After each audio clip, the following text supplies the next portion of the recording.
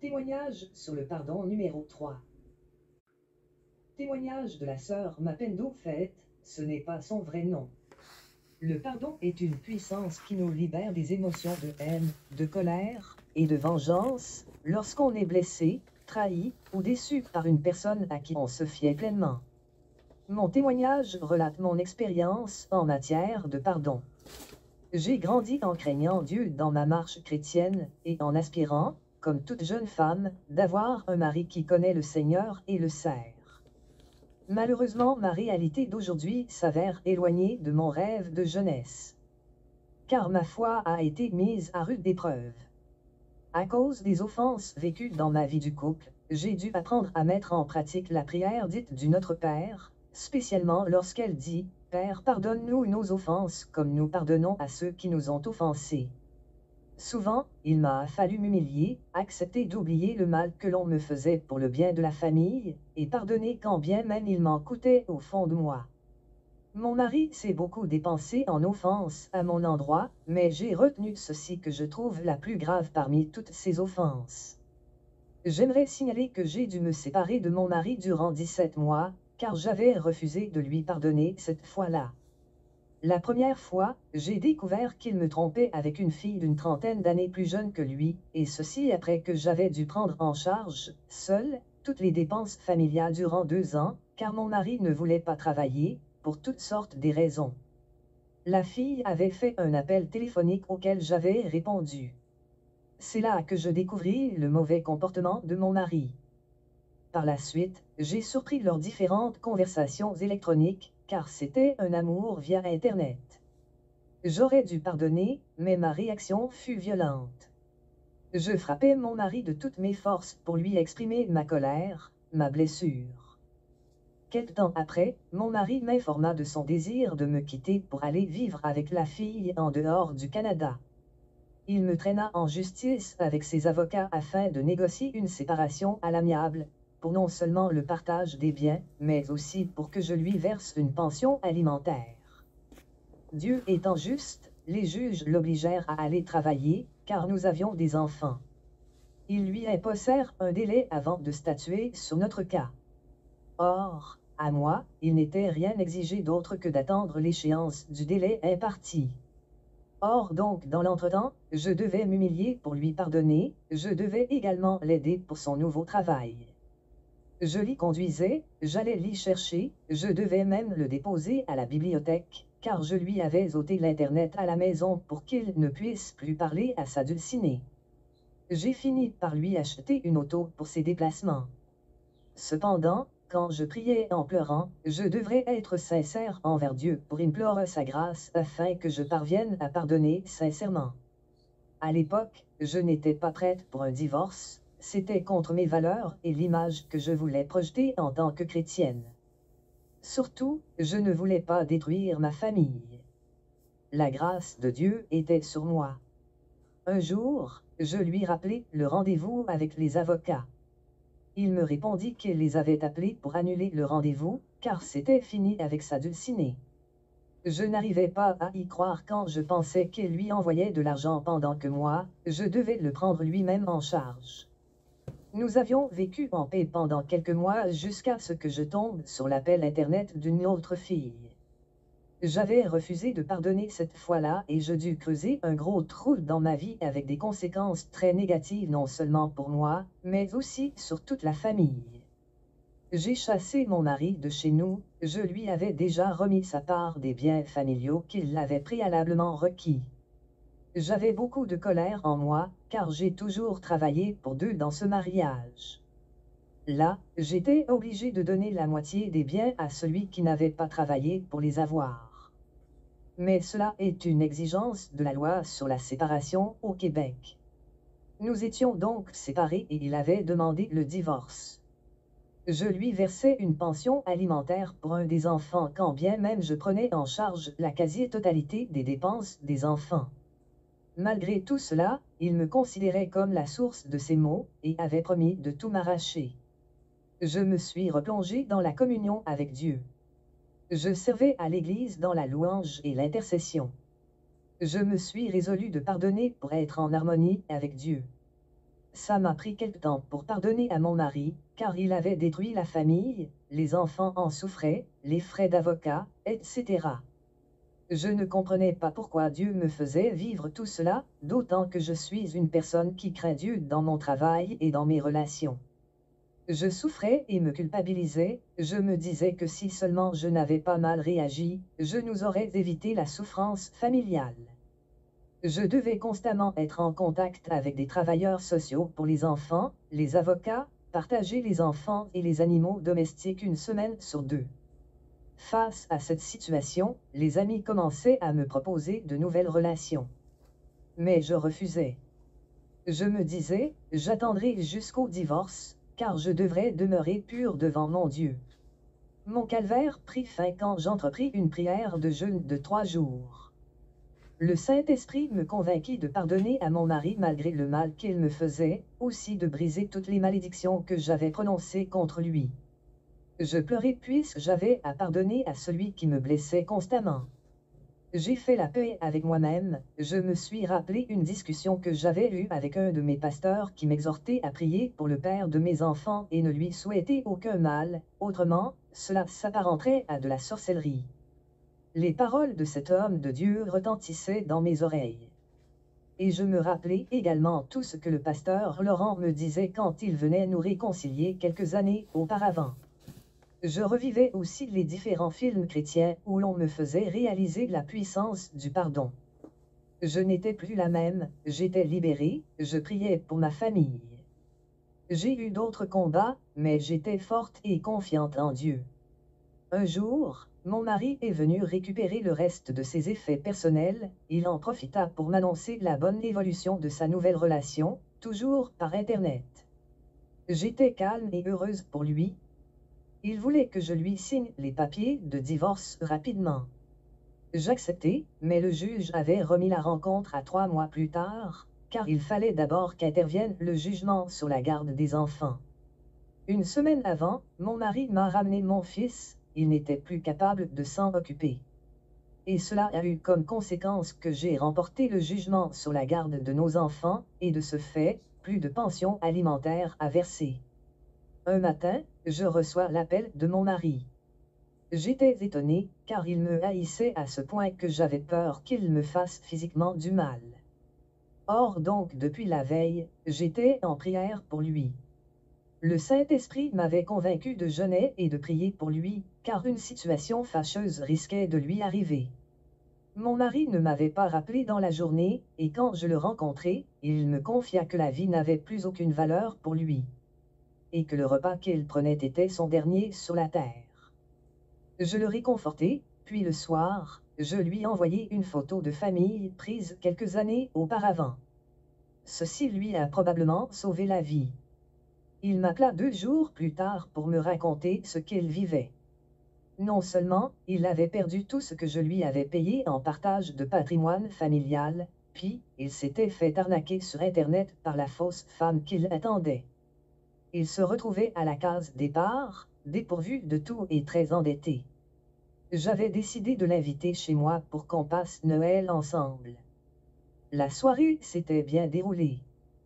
Puis 3 jours plus tard, j'ai reçu l'appel de son employeur, car il avait donné mon numéro comme personne à contacter en cas d'urgence. Son employeur me signifia qu'il ne parvenait pas à le joindre. Alors j'envoyai la police chez lui. Je ne dormis pas de la nuit, j'intercédai comme je pouvais, mais à chaque fois que je dormais, je me voyais enterrer mon mari. La police avait trouvé à son domicile tout ce qu'il avait prévu pour son suicide. Et après mon mari m'expliqua que quand il allait passer à l'acte, il s'était souvenu de la photo de famille. Aussi d'un de nos messages textes sur lesquels nous lui disions que nous l'aimions, et qu'il comptait pour nous. Alors il avait décidé d'ajourner son suicide, mais moi, j'avais envoyé la police chez lui. Cela lui avait déplu et il s'était fâché contre moi. J'avais tellement de la compassion pour lui que je décidai de l'aider. Il avait besoin d'être entouré, de se sentir aimé, pour passer au travers de ce combat qu'il livrait. Je consentis à ce qu'il revienne à la maison. Il devrait aussi être soigné et suivi par un psychologue jusqu'à ce qu'il se remette. La situation était pénible et difficile, car il était rejeté par ses propres enfants. Il me fallait aussi apprendre aux enfants le pardon. Dieu seul sait que je ne souhaite à personne d'expérimenter une telle épreuve. Il m'a fallu beaucoup d'amour, de patience et de sagesse pour garder ma famille unie. Après tout le mal qu'il m'avait fait, mon entourage ne me comprenait pas, mais moi, j'avais décidé de tout oublier. Oui, le pardon a, et est, une puissance qui libère.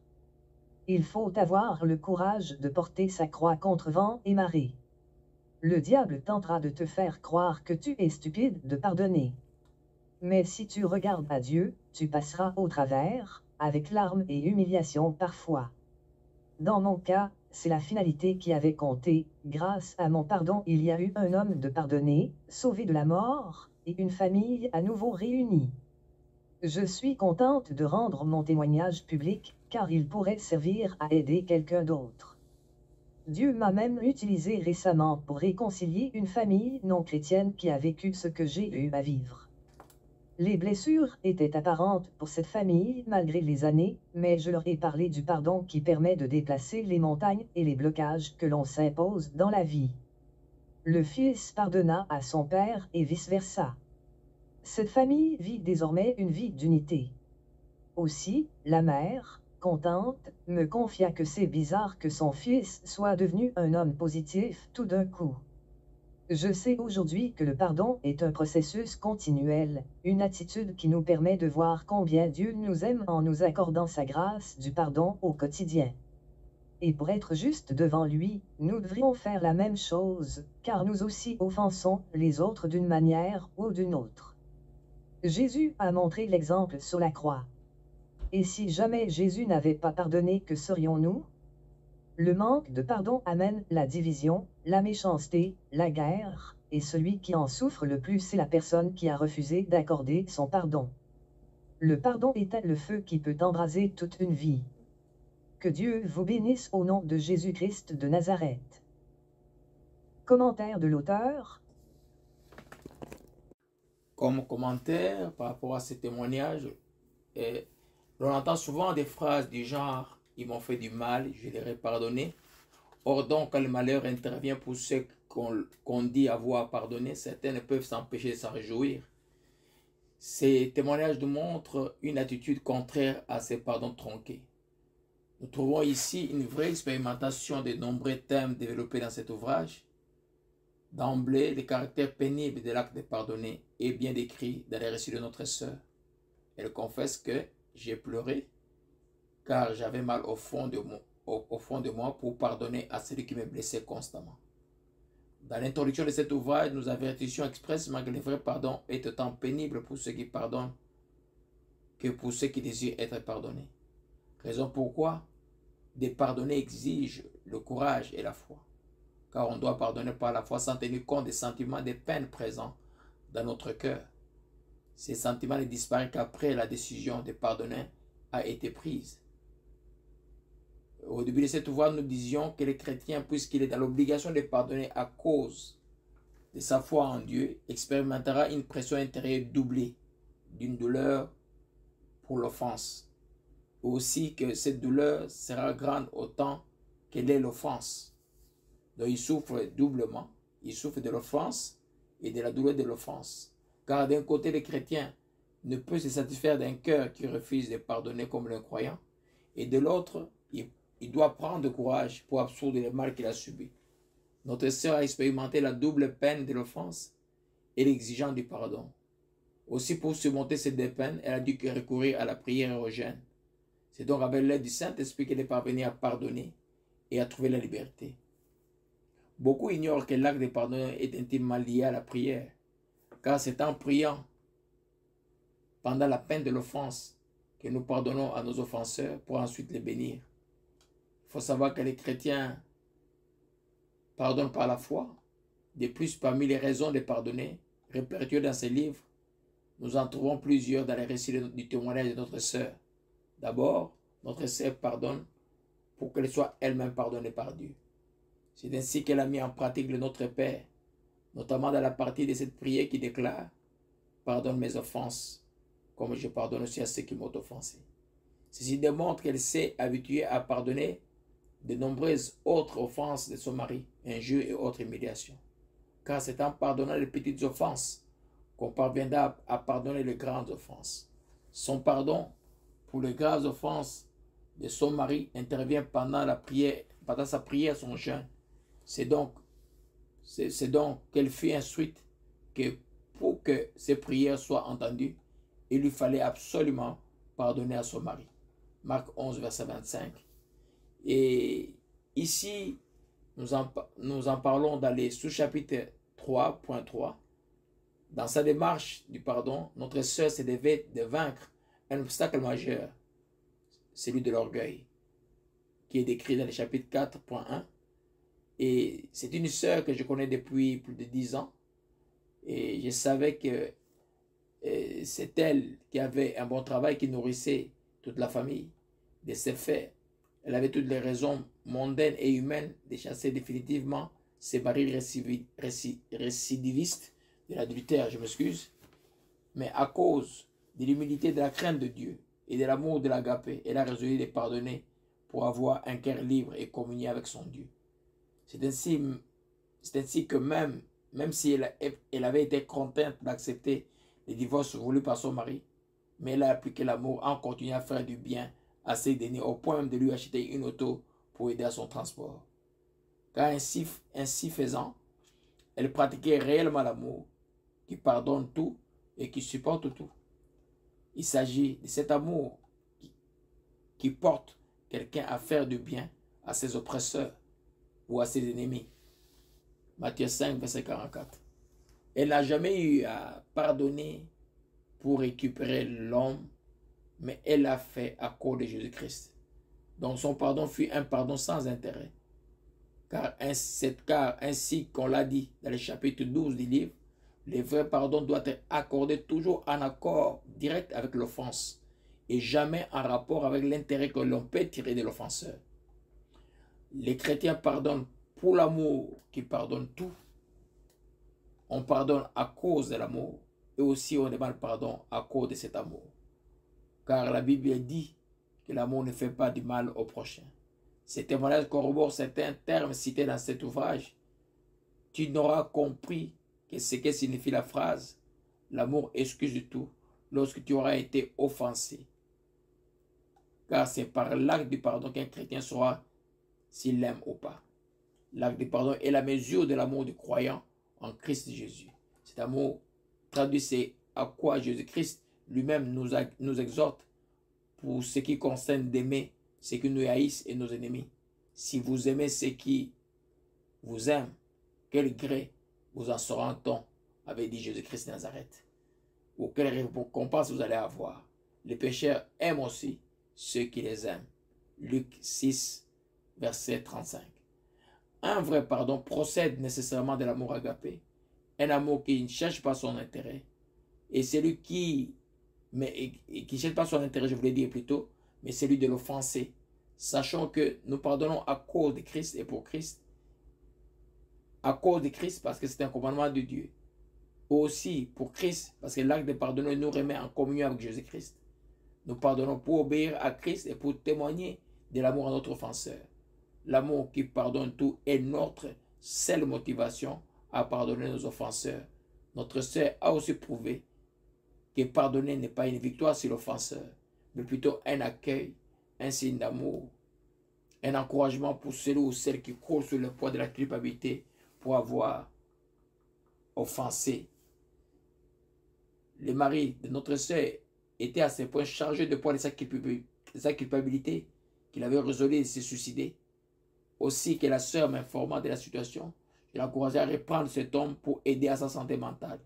Cependant, je la préviens des tribulations à venir, car on pouvait appréhender que son mari, qui était récidiviste dans l'infidélité, se commette dans la même faute encore. J'exhortais la sœur à s'armer de beaucoup d'amour agapé, car c'est le seul amour qui supporte tout et qui est patient. Bien-aimé en Christ Jésus, ne considérez jamais le mal qu'on t'a fait comme mesure pour comprendre ton refus de pardonner à autrui. Je répète, bien-aimé en Jésus-Christ, Dieu ne considérera jamais le mal qu'on t'a fait comme mesure pour comprendre ton refus de pardonner à autrui. Or donc, faire du bien à son ennemi, à celui qui t'a fait du mal, est une preuve réelle de ton pardon. C'est ce que la sœur Mapendo Fef a démontré durant cette expérience de sa vie.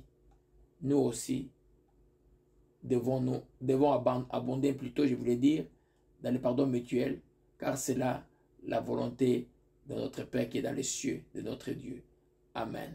Abondons donc dans l'amour qui s'exprime par le pardon mutuel. Que le nom de Jésus-Christ soit glorifié dans nos vies. Amen.